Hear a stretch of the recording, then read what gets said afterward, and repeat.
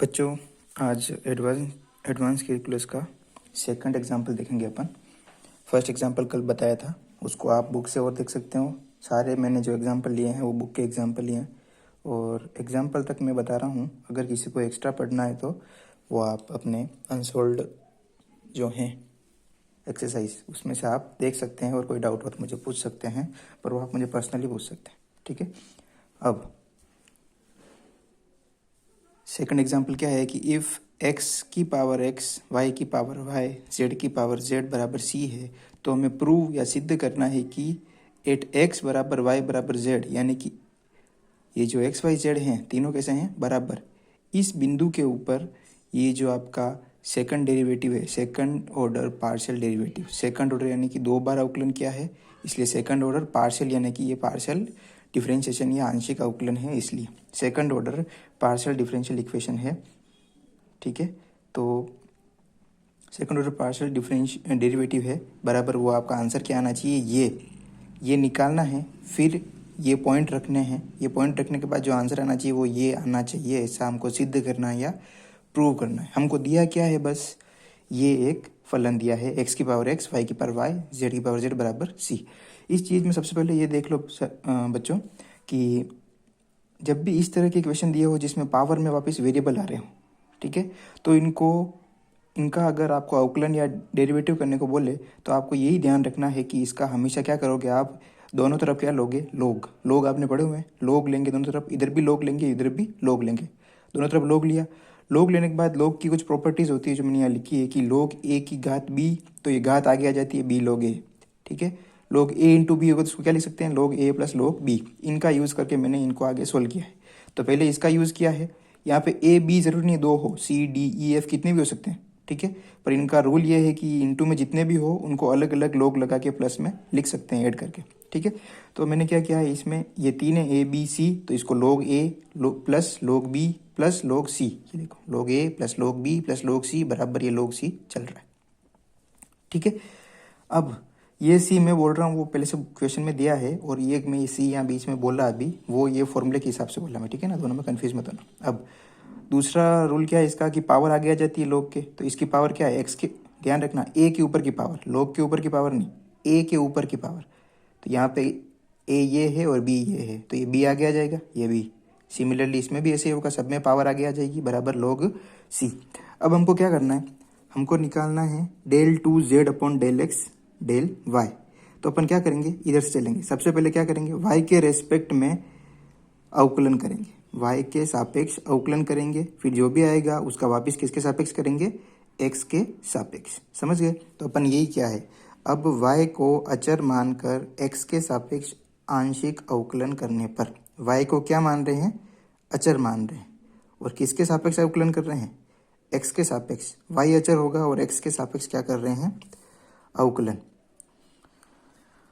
तो मैंने क्या किया, एक्स के सापेक्ष अवकलन यानी कि डेल अपॉन डेल एक्स, तो इधर भी डेल अपॉन डेल एक्स, इधर भी डेल अपॉन डेल एक्स, तो ये पूरे के ऊपर डेल अपॉन डेल एक्स होगा, तो इसके साथ भी आएगा, इसके साथ भी आएगा और इसके साथ भी आएगा, क्योंकि इनटू में तो सबके साथ जाएगा। तो del upon del x x log x plus del upon del x y log x plus del upon del x z log x बराबर del upon del x log सी।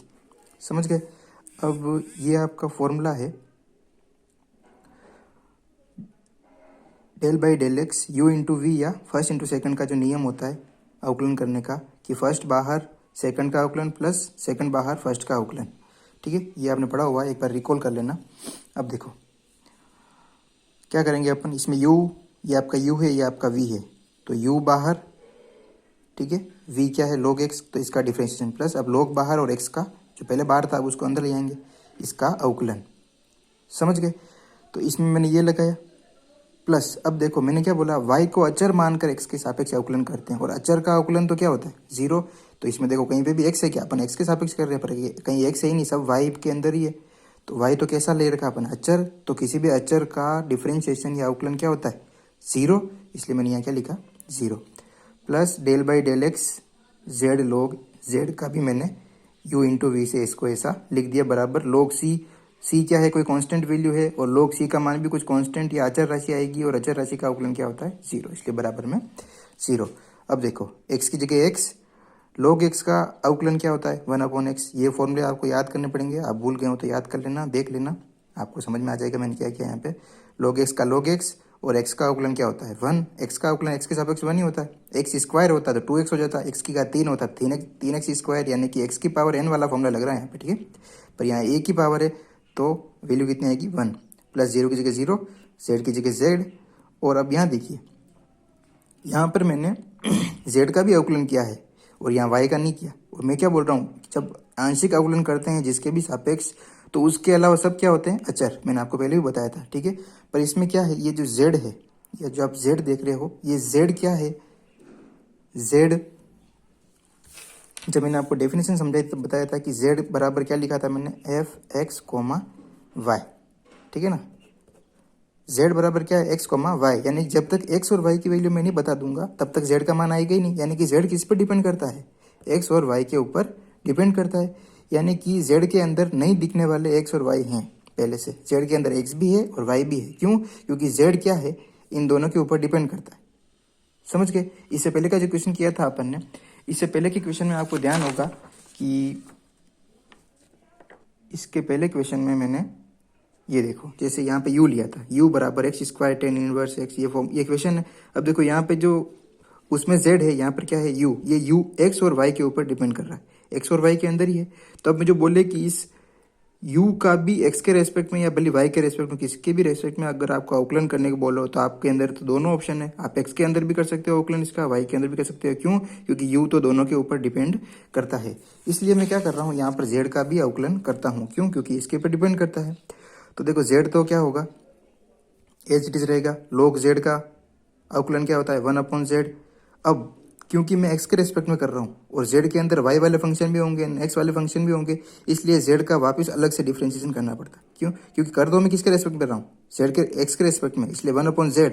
अब इस z का वापस क्या अवकलन होगा x के रेस्पेक्ट में, डेल z/डेल x। समझ गए। प्लस log z, ये log z, और इसको बाहर निकला था, अब इसको अंदर लेके आएंगे, log बाहर निकल गया u इंटू वी के फॉर्मूले से, तो डेल z/डेल x, ठीक है। इसका कोई अवकलन नहीं होगा, इसको ऐसे कैसे रहने देंगे, बराबर 0। अब देखो यहाँ पे भी डेल z/डेल x है और यहाँ पे भी डेल z/डेल x है, दोनों में है तो कॉमन आ जाएगा, ठीक है ना। तो इसको यहाँ से निकाल देंगे, z से z कट गया, क्या आ गया 1, प्लस की जगह प्लस log z, और दोनों में ये डेल z/डेल x कॉमन था, इसको बाहर निकाल दिया, और इधर x से x कट गया 1, log x का log x, 0 का कोई मतलब नहीं है। समझ गए। अब ये पूरी राशि प्लस की इधर आई तो माइनस की, तो ये लिख दिया माइनस में, और डेल z/डेल x के साथ ये जो ब्रैकेट लिखा है ये कैसा इनटू में, तो बराबर किधर जाएगा, तो भाग में। तो डेल z/डेल x अपन ने यहाँ से निकाल दिया, वो क्या आया 2। इसी तरह आपको खुद ट्राई करना है घर पे, ऐसा नहीं मैंने नहीं किया तो आपको भी नहीं करना है, आपको ट्राई करना है। और आपको क्या निकालना है, डेल z/डेल y, यानी यहाँ से क्या करना है, अब अपन ने x के सापेक्ष किया था, इस बार आपको क्या करना है, y के सापेक्ष अवकलन करना है, और आपका x क्या हो जाएगा इस टाइम पे, अचर, ठीक है। y के रेस्पेक्ट में कर रहे हैं या y के सापेक्ष कर रहे हैं तो दूसरा वेरिएबल क्या हो जाएगा, अचर। यहाँ y है तो यहाँ x, यहाँ x तो यहाँ y, उल्टा हो जाएगा, ठीक है। समझ गए। तो डेल z/डेल x निकल जाएगा, और सेम टू सेम आप निकाल देंगे डेल z/डेल y, क्या आया वो भी निकाल देंगे। अब डेल z/डेल y अपने ये आ गया, तो मैं क्या करता हूँ, डेल z/डेल y अगर ये आ गया तो डेल z/डेल y तो मैंने निकाल दिया, डेल z/डेल y वाली चीज़ तो निकाल दी। अब मुझे क्या करना है, दूसरा जो डिफरेंशिएशन करना है वो किसके रेस्पेक्ट में करना है, x के रेस्पेक्ट में। एक बार तो y के रेस्पेक्ट में हो गया जो मैंने यहाँ लिखा है, ठीक है। अब किसके रेस्पेक्ट में करना है, x के रेस्पेक्ट में। तो मैं इसका करूँगा किसके रेस्पेक्ट में, x के रेस्पेक्ट में। समझ के, उल्टा नहीं करना, इसका किसके रेस्पेक्ट में करूँगा, x के रेस्पेक्ट में, ठीक है। तो x के रेस्पेक्ट में जब मैं इसका अवकलन करूँगा तो देखिए आगे क्या आता है, समीकरण 3 में, ठीक है, समीकरण 3 में y को अचर मानते हुए x के सापेक्ष हम इसका क्या करेंगे, अवकलन। यही था आपका डेल z/डेल y था, इसका आप किसके रेस्पेक्ट में कर रहे हैं, x के रेस्पेक्ट में, इसलिए डेल x। पीछे समीकरण 3 में डेल z/डेल y की वैल्यू क्या थी, ये जो माइनस था यहाँ पे उसको मैंने आगे लिख दिया, ठीक है। अब यहाँ पर क्या करेंगे, वापस हम u इंटू वी के फॉर्मूले से करेंगे। चाहो तो आप u/v या फर्स्ट/सेकंड के रूल से भी कर सकते हो, पर मैंने सब जगह u इंटू वी ही लगाया है ताकि कन्फ्यूजन नहीं हो, ठीक है। अब देखो ये आपका u, ये जो ऊपर वाला है ये आपका फर्स्ट है, और 1/1 प्लस log z आपका क्या होगा, सेकंड। समझ गए। तो फर्स्ट बाहर डेल/डेल x, सेकंड क्या है 1/log z, ये 1/1 प्लस log z, ये आपका सेकंड है। तो फर्स्ट बाहर सेकंड का डिफरेंशिएशन प्लस सेकंड बाहर फर्स्ट का डिफरेंशिएशन। सेकंड क्या था ये बाहर आ गया, और फर्स्ट क्या था ये इसका डिफरेंशिएशन। समझ गए? 1 प्लस log z। अब 1/x का डिफरेंशिएशन क्या होता है? आपने ये सब पढ़े हुए हैं पर आपको याद नहीं होगा। मुझे पता है कि अगर मैं बोलूं कि यहाँ पे देखो पूरा लंबा चौड़ा लिखा है, पर अपने को फॉर्मूला ये पता है कि d/dx 1/x का फॉर्मूला क्या होता है? इस x को ऊपर ले जाएंगे तो इसकी पावर कैसी हो जाएगी? माइनस में। और हम जानते हैं कि x की पावर n का डिफरेंशिएशन क्या होता है? n x की घात n माइनस 1, यही होता है। तो यही करेंगे, n आगे आएगा, यानी कि यहाँ पे n क्या है? -1। तो -1, फिर x की जगह x, n की जगह यहाँ क्या है? -1 और पावर -1। फॉर्मूले के हिसाब से चल रहे अपन। तो -1 कितना हो जाएगा? -2, और पावर ऊपर माइनस में नीचे आई तो प्लस में। तो इसका डिफरेंशिएशन क्या होगा? अवकलन क्या होगा? -1/x²। यहाँ पर x है, पर हमको जो सवाल दिया है उसमें x की जगह क्या है? 1 प्लस log z। तो इस पूरे 1 प्लस log z का क्या हो जाएगा? स्क्वायर, और फॉर्मूले के हिसाब से बाहर माइनस भी आ जाएगा। अब यहाँ पर फॉर्मूले में x था, पर हमारे कुछ और ही है। तो जब फॉर्मूले में जैसा चीज़ दी हो उससे अलग कुछ बड़ा फंक्शन दिया हो, तो अवकलन करते समय उस पूरी राशि को अपन ने कुछ माना था, और जिसको हम कुछ मानते हैं उसका वापस क्या करना पड़ता है? अवकलन उसी के रेस्पेक्ट में। किसके रेस्पेक्ट में? जिसके रेस्पेक्ट में चल रहा है। ठीक है, तो -1/x²। यहाँ पे क्या है? 1 प्लस log z का होल स्क्वायर। तो 1 प्लस log z का वापिस क्या करेंगे? x के रेस्पेक्ट में अवकलन, इसके साथ इंटू में लिखेंगे। तो log z का क्या होगा? 1/z, और z क्योंकि x और y दोनों का फंक्शन है इसलिए z का वापिस अवकलन होगा x के रेस्पेक्ट में, del z/del x। समझ गए? अब आगे 1 plus log z, del/del x 1 plus log y। देखो यहाँ y है, कहीं x दिख रहा है क्या? नहीं दिख रहा। ठीक है, z भी नहीं है और x भी नहीं है, सिर्फ क्या है? y, और y को तो अपन ने क्या मान रखा है? अचर। इसलिए अचर का डिफरेंशिएशन क्या होता है? 0, ये 0। ठीक है, तो सिर्फ अपने पास ये चीज़ बची, तो ये चीज़ वापस यहाँ पे ये लिखी हुई है। अब del z/del x ये अपन ने पीछे निकाला हुआ है, समीकरण नंबर आपका 2 होगा। ठीक है, तो उसको चेक करना। वहाँ से ये लिखा है मैंने फ्रॉम टू से हमने del z/del x का मान यहाँ पे रख दिया। ठीक है, वहाँ से निकाल के यहाँ रख दिया, यहाँ रखा। अब इसको सिंपल किया, देखो कैसे सिंपल किया। देखो देखो 1 प्लस log x, ये रहा 1 प्लस log x माइनस ये माइनस है, और ठीक है ये माइनस था, और ये del z/del x का मान रखा, ये भी माइनस आया। तो ये माइनस माइनस क्या हो जाएगा? प्लस, और ये एक और माइनस है। ठीक है ना, यहाँ मैं लिख देता हूँ, इस माइनस को मैंने हटा दिया। ये minus minus plus into minus minus, ये माइनस आ गया। 1 plus log x 1 plus log y, ये z ये रहा नीचे 1 प्लस log z की पावर 2, और एक और है 1 प्लस log z, इसकी पावर कितनी है? 1। आधार से मत घाते जुड़ जाती है, 2 और 1 3। समझ गए? इसको मैंने वापस लिखा एक बार, 1 plus log x 1 plus log y z 1 plus log z की पावर 3। ये किसका मान है? del/del x का del z/del y का वापस किसके रेस्पेक्ट में अपना अवकलन किया? del/del x के। ठीक है, x के सापेक्ष। तो यहाँ पे लिख सकते हो आप। तो ये क्या है? del 2z/del x del y की वैल्यू, ये चीज़ है। और हमको सवाल में पूछा क्या है? हमको सवाल में पूछा है कि इसकी वैल्यू निकालनी है किस पर? सॉरी,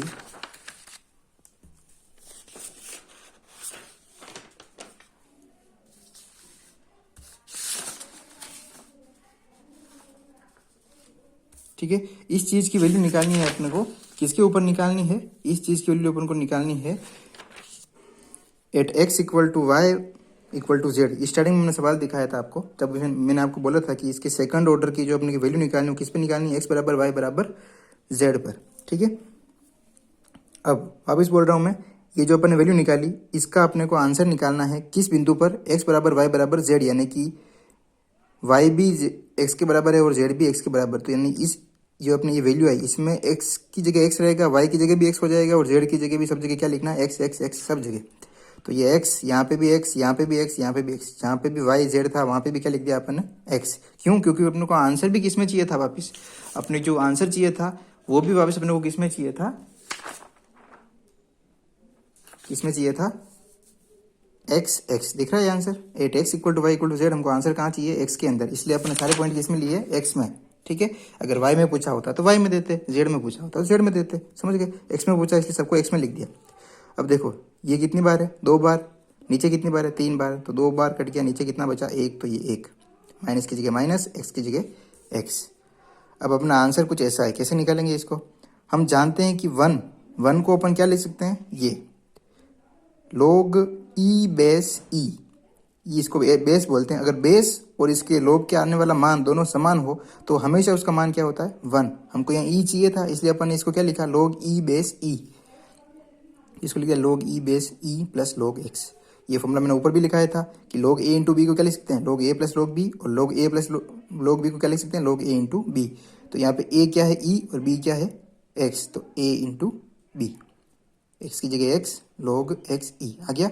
कहाँ किस पे निकाला अपन ने इसकी वैल्यू, x बराबर y बराबर z पे इसका मान क्या आ गया, x log x e। ये एक क्वेश्चन मैंने आपको होमवर्क में दिया है, आपको करनी है, एग्जाम्पल नंबर जो भी है आपका, आप देख लेना उसमें।